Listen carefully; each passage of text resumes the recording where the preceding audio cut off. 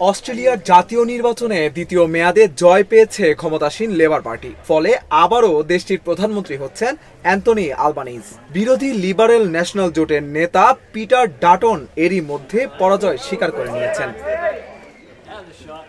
British সংবাদ মাধ্যম BBC জানায়, অস্ট্রেলিয়ায় শনিবার অনুষ্ঠিত জাতীয় নির্বাচনে তুমুল জয় পেয়েছে লেবার পার্টি। আর এর মধ্য দিয়ে 2 দশকের মধ্যে অস্ট্রেলিয়ার প্রধানমন্ত্রী হিসেবে টানা দ্বিতীয়বার জয়ের স্বাদ পেলেন আলবানিজ। বান্ডেল থাকলে প্রতি সেনমানিতে টাকা বাঁচবে। বিকাশ সেনমানি বান্ডেল কিনে জিতুন প্রতি লেনদেনে। জয় দাবি করে সমর্থকদের উদ্দেশ্যে আলবানিজ বলেন, আজ অস্ট্রেলিয়ার জনগণ অস্ট্রেলিয়ান মূল্যবোধের পক্ষে ভোট দিয়েছে।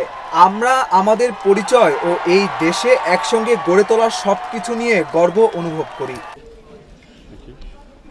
বিরোধী দলীয় নেতা পিটার ডাটন ডিকসনে তার নিজের আসনে পরাজিত হয়েছেন। পরাজয় মেনে নিয়ে ডাটন বলেন, নির্বাচনী প্রচারে আমরা ভালো করিনি, আমি এই পরাজয়ের দায় নিচ্ছি। অস্ট্রেলিয়ার নির্বাচন কমিশনের ওয়েবসাইটে নির্বাচনের প্রাথমিক ফলাফল প্রকাশ করা হয়েছে।